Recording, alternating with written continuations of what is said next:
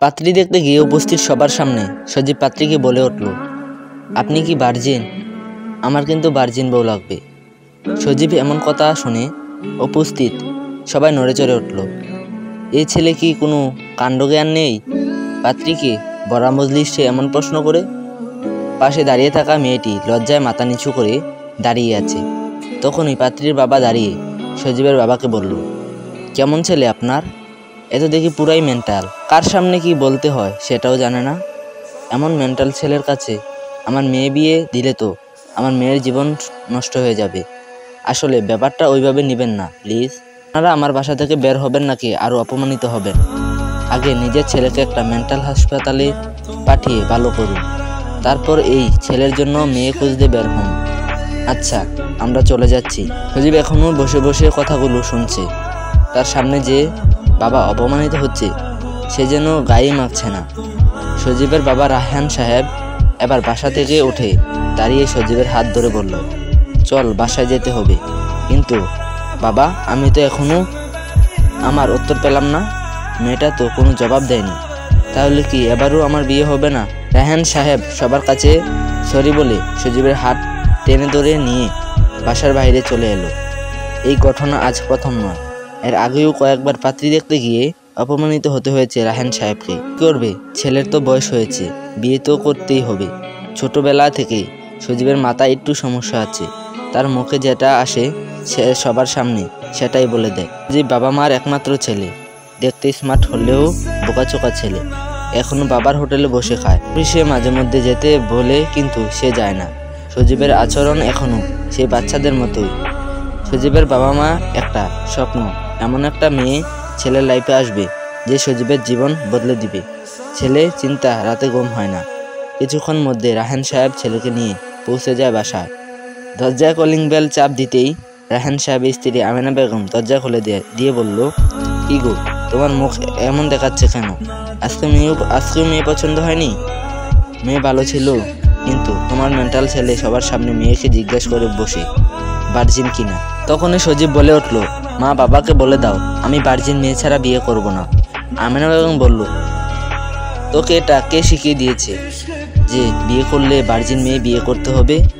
কাল আমার একটা বন্ধু বলেছে আমাকে। তোকে কতবার বলছি আজে বাজে ছেলেদের সাথে না মিশতে? তোর জন্য ওই অবধি কতবার তোর বাবাকে অপমানিত হতে হলো। তুই কবে ঠিক হবি বাবা? কবে আমাদের কষ্টগুলো বুঝবি? তোর চিন্তা আমাদের ঘুম হয় না। আর শোন, আর কখনো কোনো মেয়ে এমন প্রশ্ন করিস না, এটা খুব খারাপ। ঠিক আছে মা, এখন রুমে গিয়ে ফ্রেশ হয়ে আয়, খাবার রেডি করছি আমি। সজীব এবার নিজের রুমে চলে গেল। আমেনা বেগম রায়হান সাহেবকে বলল, তুমি ফ্রেশ হয়ে খেতে আসো, খাবার আমার গলা দিয়ে নামবে না, আমি রুমে যাচ্ছি। এই কথা বলে রায়হান সাহেব নিজের রুমে চলে গেলেন। এরপর কয়েকদিন কেটে গেল। একটা ঘটক এলো রায়হান সাহেবের কাছে। রায়হান সাহেব, আমার কাছে একটা মেয়ের সন্তান আছে। মেয়েটা দেখতে অনেক সুন্দর, পরিবারও খুব ভালো। আপনি চাইলে দেখা করতে পারেন। আমার তো আর মন চায় না, আপনি তো সবই জানেন। এর আগে কতবার অপমানিত হয়ে আসতে হয়েছে। কি আর করবেন, ছেলেকে তো বিয়ে দিতে হবে। আরও একবার না হয় দেখুন। ঠিক আছে, তাহলে আমরা কাল দেখতে যাব।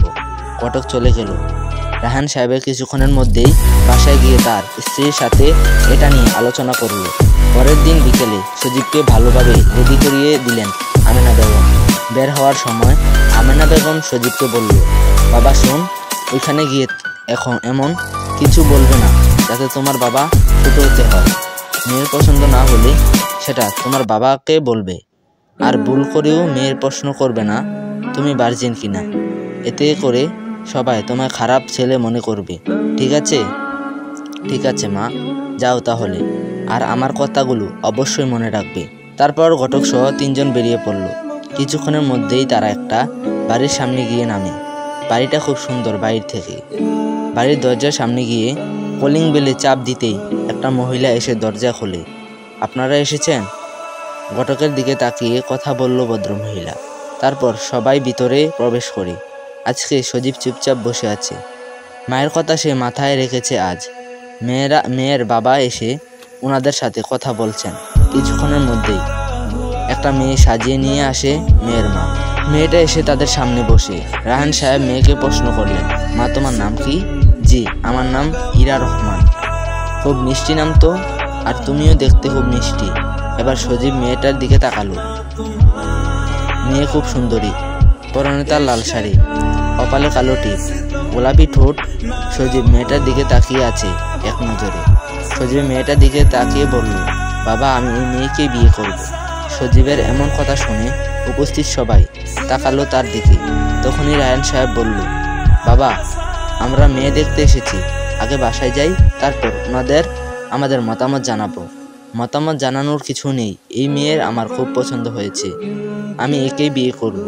রায়হান সাহেব সবাইকে বলল, কিছু মনে করবেন না প্লিজ। তার বাবা অবস্থা দেখে বুঝতে পারে এই ছেলের কোনো একটা সমস্যা আছে। তখনই উনি বলল, আচ্ছা, এবার আপনারা আসতে পারেন। আপনি কি রাগ করলেন? আরে না, রাগ করবো কেন? আপনাদের তো মেয়ের দেখা শেষ, আমরা আমাদের কথা ঘটককে জানিয়ে শেষ করব। ইরা দাঁড়িয়ে বলল, বাবা, আমি ওনার সাথে আলাদাভাবে কথা বলতে চাই। রায়হান সাহেব নড়েচড়ে উঠল। কেউ না জানুক, সে তো জানে তার ছেলে কেমন। একা একা গেলে আবার কি না কি করে বসে। সজীব বলল, হ্যাঁ, আমারও একটা কথা আছে। সজীব তার বাবাকে বলল, বাবা, আমি ওর সাথে কথা বলে আসছি, তুমি বসো। সজীব উঠে দাঁড়িয়ে গেল। যদিও ইরার বাবা এটা চায় না, উনি বুঝতে পারছেন ছেলেটা কিছু একটা সমস্যা আছে, আর ওই আচরণও একদম বাচ্চাদের মতো। তবু ইরার সজীবকে নিয়ে ইরার রুমে গেল। গিয়ে দুজনে দাঁড়িয়ে আছে। সজীব বলল, আগে আমার কথাটা বেশি জরুরি, আমি আগে বলি, তারপর তুমি, ওকে? ইরা একটা মুচকি হাসি দিয়ে বলল, আচ্ছা বলুন। জোরে বলবো নাকি কানে কানে? এখন যেভাবে বলছেন সেভাবেই বলুন। কেউ যদি শুনে ফেলে, পরে যদি আবার আমার বাবাকে বকাঝকা করে? আপনার বাবাকে কেন বকাঝকা করবে? এর আগেও বারেক জায়গায় বকা দিয়েছে, তারপর থেকে বাবা আর আমার সাথে ঠিকভাবে কথা বলেনি, তাই ভয় হয়। আচ্ছা ঠিক আছে, কানে কানে বলুন। সজীব এবার ইরার কাছে গিয়ে বলল, আপনাদের ওয়াশরুমটা কোন দিকে? খুব জোরে আমার চাপ দিয়েছে, অনেকক্ষণ ধরে সহ্য করে আছি। সজীবের কথা শুনে হেসে দেয় ইরা। তারপর ইরা সজীবকে ওয়াশরুমে দেখিয়ে দিল। সজীবের ভিতরে গিয়ে দরজা বন্ধ করে দিল। ইরা দাঁড়িয়ে মুসি হাসছে। তখনই ভিতর থেকে সজীব চিৎকার দিতে শুরু করে।